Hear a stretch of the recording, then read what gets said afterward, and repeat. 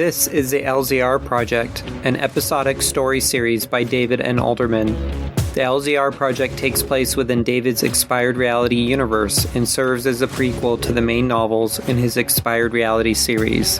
You can find out more about David's Expired Reality series at davidandalderman.com.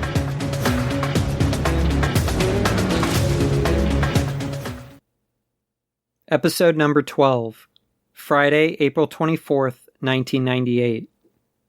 With the rise in criminal activity, especially activity dealing in the transport of weapons and drugs, all of you are going to need more adequate protection.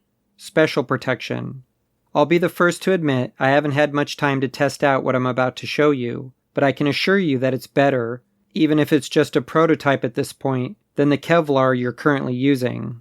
Howard Gray moved to the large oak conference table and reached underneath to pull out a black, scaly garment.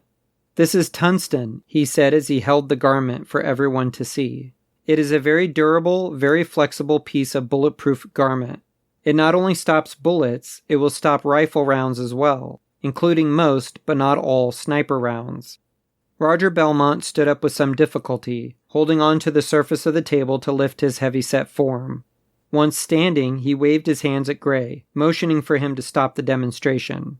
"Okay, Gray, okay. We've heard enough of your pacifist mumbo-jumbo. Can we please move on to the equipment that's actually going to make a difference in our war on crime?" Gray set the garment on the table and clasped his hands together in front of him. The strands of gray hair on his head danced around under the air current from the vent above him. "I'm sorry if I'm boring you, but I spent countless hours developing these items especially and exclusively for the laser blades. Yes, and the LZR Project is very grateful for your contribution. Now," Ridley put her hand up. "Roger, can you just let the man finish the demonstration?" Gray kept his gaze focused on Roger. "I didn't say I developed these items for the LZR Project. I said I developed them for the laser blades." Okay. "Stop," Gray said calmly. Roger's face flushed and his eyes suddenly went bloodshot, or at least looked bloodshot to David. David had sat in the uncomfortable office chair for almost an hour now, listening to Gray's demonstration and getting excited about the new designs Gray had come up with. But in the middle of each item's demonstration, Sean or Roger had to interrupt with complaints about how non-lethal everything was. Their arguments revolved around the fact that the criminals of Lysalis had advanced, lethal weaponry, so they should as well. David had come very close to breaking his silence more than once, but now that Gray was taking a stand against Roger's nonsense, he realized the old man had the situation under better control than David had originally thought. Gray adjusted his glasses before he spoke up again. "I've stood here and listened to the comments and criticism that you and Sean have made well known for the last hour now. I'm tired of it. I'm not going to tolerate it. President Anderson himself asked me to develop these items for the four sitting here at this table. If you don't like what I've developed, I don't care." David couldn't help but grin. He glanced over at Carrie, who was sitting adjacent to him on the other side of the table, hoping to catch a glimpse of her wonderful smile. Instead, she caught his gaze and then chose to turn away, a flat line on her face. Ever since she had returned from Crystal City, a mission she had been sent on alone, she had been extremely cold toward David, some would even say hostile. Roger took a deep breath and let it out through his nostrils. "You work for us, Gray, not the other way around. How dare you try to make a point with me when this is my conference room, my office, my team, my program?" "I don't work for you, Roger." "Technically, none of us do," Ridley added. "Mr. Belmont is my name." "No, it's not," Gray said. "It's Roger. And I don't work for you, Roger. Throw your twisted politics and corporate BS on some other wall to see if it sticks. I am not that wall." Sean huffed. "Gray, we want real weapons. At the very least, some advanced pulse technology."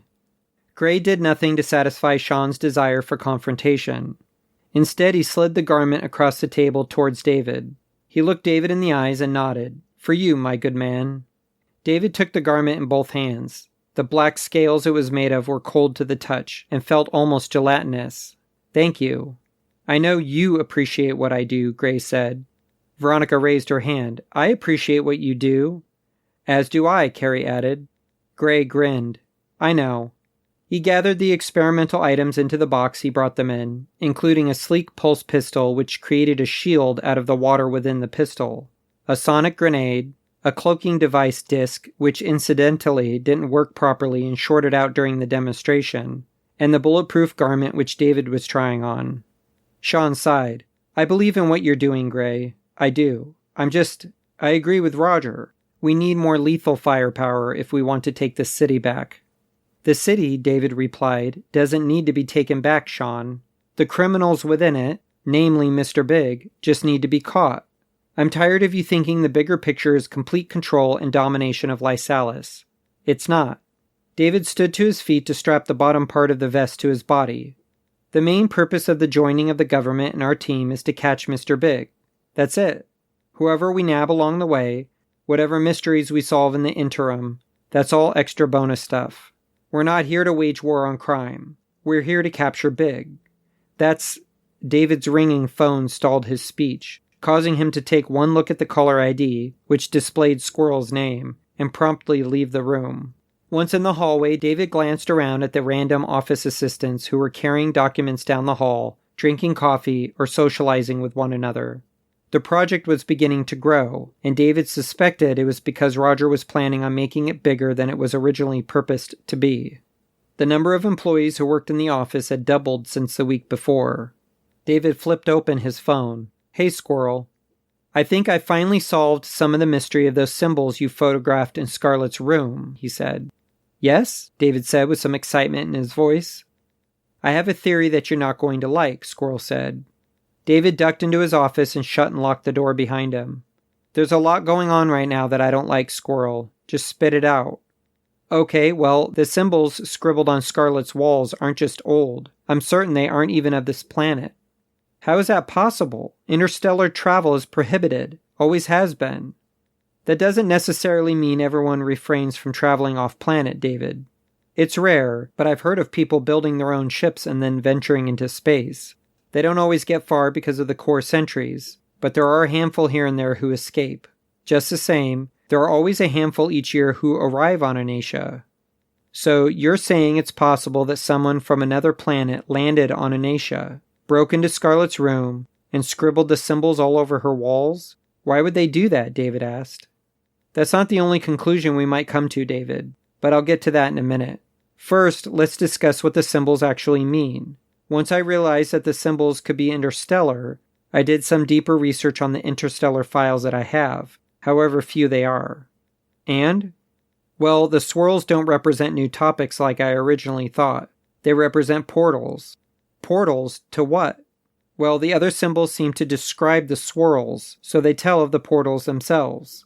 From what I can tell, the portals on the walls in Scarlett's room all refer to the same portal. A portal that leads to these other symbols such as the oak tree, the horned creature, and the shooting star. Do you think a portal opened in Scarlett's room? David asked. My assumption would be yes, but I couldn't speculate on what she saw. I'll keep working on this, but I have a feeling this might be the end of my research on these symbols, David. I don't usually advise you on such matters, but if I were in your shoes, I would stay away from Scarlett and that facility. As curious as I am to find out what was on the other side of that portal, Scarlett is messed up mentally for a reason. This portal we assume she saw might be part of that reason. Thanks for the help, Squirrel. Anytime. Good luck. David shut his phone and stuck it in his pocket before exiting his office. Gray had just left the conference room and approached David when he spotted him in the hallway. You have a minute? Gray asked. David nodded, motioning for Gray to enter his office. Gray took a seat in the chair across from David's desk while David shut the door. I'll make this quick, Gray said. I always have and always will support your desire to use nonviolent means to capture Anera's criminals. David took a seat in his chair and sighed. But I fear, rather know in my deepest of deeps, that a time is coming when you will have to make a choice. Here we go. This isn't a lecture, David. I wouldn't insult you by lecturing you on anything. You're seasoned, and seasoned individuals do not need lectures, they need assistance. To that end, I simply want to express my theory of what is going to happen soon. Go ahead. Anera is in trouble. You know that even if you capture Mr. Big, you've only scratched the surface, right? The rest of Anaisha, outside of Lysalis and Anera, contains villains and foes you couldn't possibly imagine. Most of Anaisha outside of Anera hasn't even been explored yet. David nodded. To that end, isn't it safe to say that you have no idea what you might be getting yourself into by traveling outside of these boundaries of civilization, say beyond the wastelands? David nodded and waved him on. You are no doubt, at some point in your career as a hero, going to come across foes who cannot be stopped by your boomerang or by your pulse pistols which have been set to stun. Just spit out whatever you're going to say, David said. You're coming up on a time when you're going to have to make a choice. Either live your life like a normal human being, keeping to your pacifist ideals, which are honorable, by the way, or you can continue down the path of hero, a fighter and rescuer, and adapt yourself to situations in regard to weaponry. It's inevitable.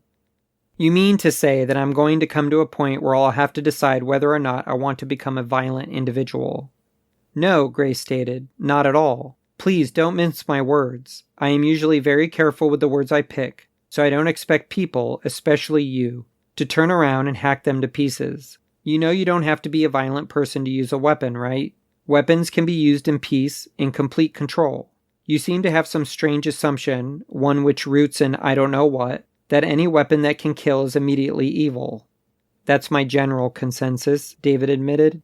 He stood to his feet and went to the window overlooking the city. I wasn't always this way, you know. What happened, David? Why do you feel the need to walk the line of pacifist and hero? Don't get me wrong, I've always believed and still do believe that your intentions are admirable, but my gut tells me there are other enemies that are coming toward us. From where? He asked, casual as ever, refusing to admit fear or confusion. He respected Gray and every word that came out of the old man's mouth, but he felt a severe discomfort with the current conversation. Gray slowly stood to his feet, lumbering out of his chair with the movements of a crippled man, even though David could see nothing physically wrong with him. Gray drew close to the window, gazing out on the same city David was gazing out on. Only David could tell by the look in the man's eyes that he was viewing the city differently than David was, possibly even looking beyond it. I've seen many things in my time, David. I know you have. I'm not just referring to the time machine from years ago. I'm referring to visions, dreams, a letter. David turned to the old man. Letter? Gray sighed. I promised myself I wouldn't tell anyone this. The man's cold eyes settled on him. A letter. I received a letter from myself, another version of myself, which is now dead, I believe. Anyway, it forewarned me of the future, of... What? An enemy that you won't be able to fight with your boomerang, David. An enemy that rivals Mr. Big and Mr. No-Ki put together. An enemy that will, beyond the shadow of a doubt, attempt to destroy Anaisha and then move on to destroy the rest of creation. Does this enemy have a name? They do, but I won't say it. Their name doesn't matter in regards to our topic of discussion, and if I were to tell you, it may alter your future actions. The only thing I want you to focus on is the fact that an enemy that has the ability to destroy worlds is coming, soon. They will wrap this world and any other world it comes in contact with in darkness. I just want you to be as prepared as possible when it comes time to face this enemy. You stand absolutely no chance against them by yourself. None. David gazed out the window, wondering if Vector knew anything about this. When will I see this enemy? Gray shrugged. My belief is that they are already here, living on Anaisha, dwelling among us, waiting in silence until the day they can strike at our heels, bring us down, and then devour us. All this to say that I think you need to rethink your position on weapons, on tactics, on what you're willing to sacrifice, even if it may be a small part of yourself, to save not just your friends, not just this city, but this world and even creation itself. David felt no need to respond. His stomach, twisting with anxiety, was ready to hurl at the very thought of compromising for any reason. I have to go. Please keep what I've told you about this enemy to yourself, okay? Nobody else needs to know that much information. I wanted you to be prepared. That's all. Besides my niece, Kimberly, you are the only one I trust. I appreciate it, David said sincerely as he turned to Gray and gave him a hug. Gray stood back, grabbed hold of David's shoulders, and looked him in the eyes. The darkness, David, will try to swallow this world whole. This darkness will attempt to lure you away from your friends, from your ideals, your beliefs. You mustn't let it. I really do admire your stance on violence. I do. but I am also a realist when it comes to the dangers, the enemies Anaisha is about to face. I appreciate your friendship, old goat. Grace smiled, as I do yours.